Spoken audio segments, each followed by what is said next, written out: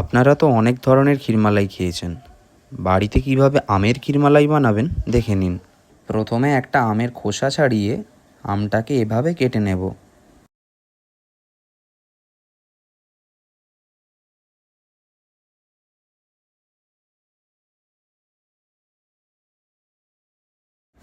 এবারে একটা মিক্সির পাত্রে আমের স্লাইসগুলো দিয়ে ব্লেন্ড করে নেব।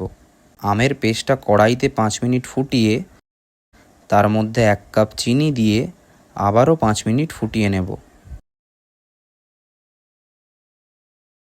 একটা ডিম ফাটিয়ে তার মধ্যে 1/2 চামচ বেকিং পাউডার, 4 কাপ গুঁড়ো দুধ দিয়ে ভালোভাবে মাখিয়ে নেব।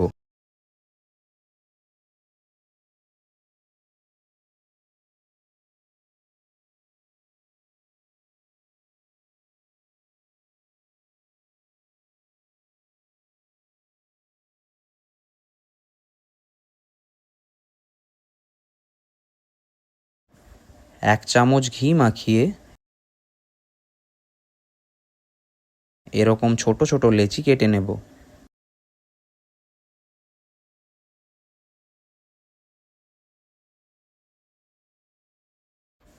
আমি এখানে এই শেপে বানিয়েছি, আপনারা চাইলে অন্য শেপও বানাতে পারেন। এবারে দুধের মধ্যে সবগুলো দিয়ে 15 মিনিট ফুটিয়ে নেব।